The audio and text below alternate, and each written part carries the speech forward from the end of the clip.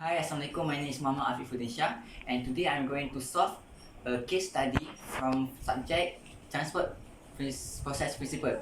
Okay, so the case study is acetone is being absorbed by water in a packed tower having a cross-sectional area of 0.186 meter square at 293 Kelvin and 101.32 kilopascal, which is 1 atm. The inlet air contains 2.6 mol percent acetone and outlet 0.5%. The gas flow is 13.65 kg mol inert air per hour. The pure water inlet flow is 45.36 kg mol water per hour. Firm coefficient for the given flows in the tower are K prime YA equal to 3.78 times 10 power of negative 2 kg mol over second meter cube mol frac, and K prime XA equal to 6.16 times 10 power of negative 2 kg mol per second meter cube mol frac, and the gradient for equilibrium line is 1.186. Okay, so that is the case study. So the question is, there are three questions that we are going to solve. A is we need to calculate the tower height using K prime YA. B, calculate the tower height using K prime XA. C, calculate the tower height using K prime YA. Okay, so to solve that question, we first need to design the simple pack tower, which is they are the liquid flow and the gas flow. So this is the pack tower, the simple pack tower that I have designed. So this V1 is actually for vapor inlet or gas inlet, and this V2 is the gas outlet. So usually V1 will come with Y1, and we know the value of Y1 is 0.026. That is from the question, and V2 will come with Y2, which is 0.005, also from the question. Okay, so on this side, this L2 is the liquid inlet or solvent inlet, and L2, the value of L2 is 45.36 kg mol per hour, that we get it from the question. Okay, so L1 is the liquid outlet, and we don't know yet the value. So same like V1 and V2, L1 will come with X1 and L2 will come with X2, and X2 we know the value is 0 because it is the pure solvent. Okay, so this is I have list all the data from the case study. So from the question we know that S, the cross-sectional area, is equal to 0.186 meter square. T, the temperature is 293 Kelvin. P, pressure, equal to 293 kilopascal, and I have converted it to mmHg, which is 760 mmHg. And the K prime YA is equal to 3.78 times 10 power of negative 2 kilogram mole per second meter cube, and K prime XA equal to 6.16 times 10 negative 2 10 power of negative 2 kilogram mole per second meter cube. Okay, so this L1 we can find it with L2. So because the system operating in dilute solution, so L1 is equal to L2 equal to L prime and equal to 45.36 kg mole per hour, which is L1 is same like L2. Okay, so from equilibrium data, we know that XA is equal to 0.0333 and PA is equal to 30 mmHg. Okay, so because in the question given is because in the question there is given the gradient equilibrium, which is 1.186. So we need to use this to find the equilibrium line. We need to plot the equilibrium line. So we need to use this linear relation, which is YA equal to 1.186 times XA. So by using this linear relation, we will get this coordinate to plot the equilibrium line. Okay, so the next step is we need to plot the operating line. To plot this line, the operating line, we need two coordinates which are 0.1 and 0.2. Okay, so 0.1 we will get it from the x1 and y1 data, and 0.2 we will get it from the x2 and y2 data. So we as already know y1, x2 and y2 data value. So we need to find x1. Okay, so as I mentioned before, we already know the x2, y1 and y2 data value. So we need to find the x1 data. So this is the way to find the x1 data. So we need to find x1 with material balance for absorption column. So this is the material balance that we are going to use. Okay, so the material balance is, this is the equation for material balance. So the equation is L prime times x2 divided by 1 minus x2 plus v prime times y1 divided by 1 minus y1 equal to L prime times x1 divided by 1 minus x1 plus v prime times y2 divided by 1 negative y minus y2. Okay, so we just need to substitute all these component in this equation. So we just substitute it like this, and we need to arrange it to find the x1. So after substitute, we will get the value of x1, which is equal to 0.006479. Okay, so we have got the x1 value. So we can now develop the operating line. We can now plot the operating line. Okay, which is P1, we will use the x1 and y1 value. That we get the coordinate is 0.06479 and 0.026. Okay, for point 2, which we use the x2 and y2 data, we will get the coordinate 0 and 0.005. Okay, so to plot the operating line, we need a graph paper like this. Okay, so this is the operating line. Okay, so this is the P1, which is 0.1, and this is 0.2, P2, that we get from the this P1 we get from the x1 and y1 value, and P2 we get from the x2 and y2 value. Okay. Okay, so the next step is we need to find the slope PM. Find the PM slope. So we need to find the PM1 slope, which is, this is the equation. So the equation is negative k prime xa divided by 1 minus x1 divide k prime ya divide by 1 minus y1. Okay, so we just need to substitute all the component in this equation. So we will get the answer negative 1.60. Okay, after we get this PM value, we need to substitute it in this linear relation. And y and x, we are going to substitute it with the x1 and y1, which is 0.06479 and 0.026, to find this c, which is the y-intercept. Okay, so after we substitute all the component in this equation, we will get c is equal to 0.0364. Okay, so we will plot this PM1 slope on the graph. Okay, so we have got the y-intercept for PM1 slope. So the y-intercept is here, this point, which is 0.0364 at y-axis.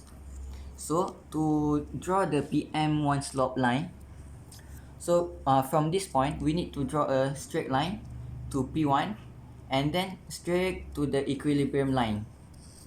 Okay, so this is the PM1 slope. Okay. Okay, so from the PM1 slope, we need to find the xi value. So to find the xi value, from this point, which is the PM1 slope connected with the equilibrium line. So from this point, we need to draw a line to the x-axis. Then this is the point for xi value. Okay, to find the yi value, same at this point, we just need to draw a straight line to the y-axis. Then we will find the yi value. Okay, next we need to find the y star 1 value. Okay, to find the y star 1 value, we need to go to this point, which is the P1.1. Okay, so we need to draw a line to the x-axis until it touches the equilibrium line. Then from here, we need to go to the y-axis. Then we will find the y star 1 value. Okay, so from the graph, we know that xi equal to 0.013, yi equal to 0.0155, and y star 1 equal to 0.0076. Okay, so there is another way to find the PM1 value. So this is another way to find it. Okay, so this is the original equation of packet absorption column that we are going to use to find the slope PM. But this equation, we must use the yi and xi equation, yi and xy value. To get this yi and xi value, we must first do the first trial. The first trial that we use to find the PM1. Okay, so this is the second trial. Okay, so in this equation, the original equation, to find the PM1, we need to find first the 1 minus xim and 1 minus yim. Okay, because so we need to find this. So to find the y minus yim, this is the equation. So we just need to substitute it, and then we will get the answer 0.979. Okay, same goes to the 1 minus xim. This is the equation. So after we substitute it with the value, we will get that the answer is 0.9901. Okay, so after we get these two, we now can find the PM1. So we just need to substitute it in here, in this equation. Then we will get the PM1 is equal to negative 1.61 compared with the PM1 that we get from the first trial. So it is quite accurate. Okay, so the next step is we need to find the slope PM2. So to find the slope PM2, we are going to use the slope PM1 that we just get it from the first trial or second trial. Which one doesn't matter. Okay, so to find the PM1, we will use this linear relation, which is y equal to mx plus c. So y and m, and x, the y and x value, we are going to use the x2 and y2 value, and the m, we are going to use the PM1 value. Okay, so after we substitute the value, we will get the c, which is the c is y-intercept, that equal to 0.005. Okay, so after we get this c value, we use the linear relation again, but this time we will substitute the y with 0 because we need to find the x. Okay, so after substitute the equation, we will get the value of x is equal to 0.003. So now we know that PM2 lie on coordinate 0.003 and 0. Okay, so now we need to plot the PM2 slope in this graph. Okay, so we know that the y-intercept is on 0.005, so here, and the x value is on the coordinate 0.003 and 0, so here. So we just need to draw a line from here to here. Okay, so from this PM2 slope, we need to find the xi2, yi2, and y star 2 value. Okay, to find the xi2, we need to go to this point, which is the PM2 slope connected with the equilibrium line. So from this point, we need to draw a line to the x-axis. So this is our xi2 value. Okay, to find the yi2 value, from the same point, we just need to draw a line to the y-axis, which is here. This is the point for yi2 value. Okay, to find the y star 2 value, is same like we find the y star 1 value from P1. So to find the y star 2 value, we need to go to the point 2 and then draw a line to the equilibrium line to the x-axis. So after we touch the equilibrium line here, so we will get that y star 2 is here, which is 0. Okay, so from the graph, we know that xi2 is equal to 0.00175, yi2 is equal to 0.0021, and y star 2 is equal to 0. Okay, so after we get the xi and yi value, we now can find this si minus xm. So to find this, we need to use this equation. Okay, so we just need to substitute all the component in this equation. Then we will get the xi minus xm value is 0.003627. Okay, also we need to find this value, which is y minus yim. So to find this value, we need to use this equation. Okay, so we just need to substitute all the component in this equation with the value that we already got. So after substitute, we will get the answer is 0.00591. Okay, so the next step is we need to find the VAV here, the V average, which is the equation is V1 plus V2 divided by 2. But first, we need to know what is the V1 and V2 value. Okay, to find V1 value, here, the equation is V prime divided by 1 minus Y1. Okay, so we just need to substitute it, but the V prime value is in kilogram mole per hour. So we need to divide it by 3600 to convert it to kilogram mole per second. Okay, so after we convert and substitute it, we will get that V1 is equal to 0.00389 kilogram mole per second. Okay, so for V2, the equation is V prime divided by 1 minus Y2.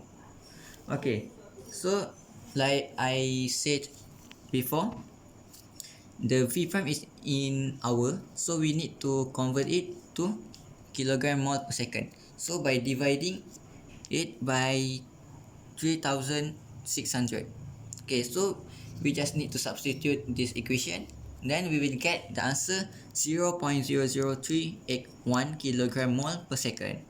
Okay, so now we know the V1 and V2 value, so we need to substitute it in this equation.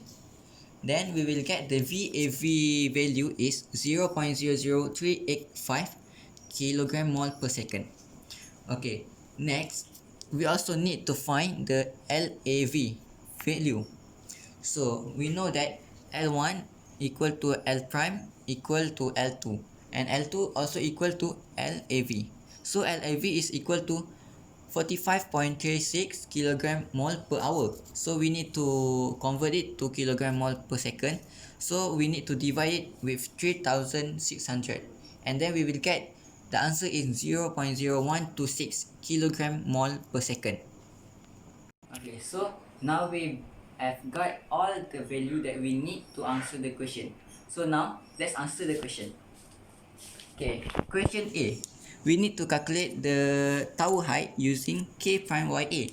Okay, so to calculate the tower height using the K prime YA, we need to use this equation.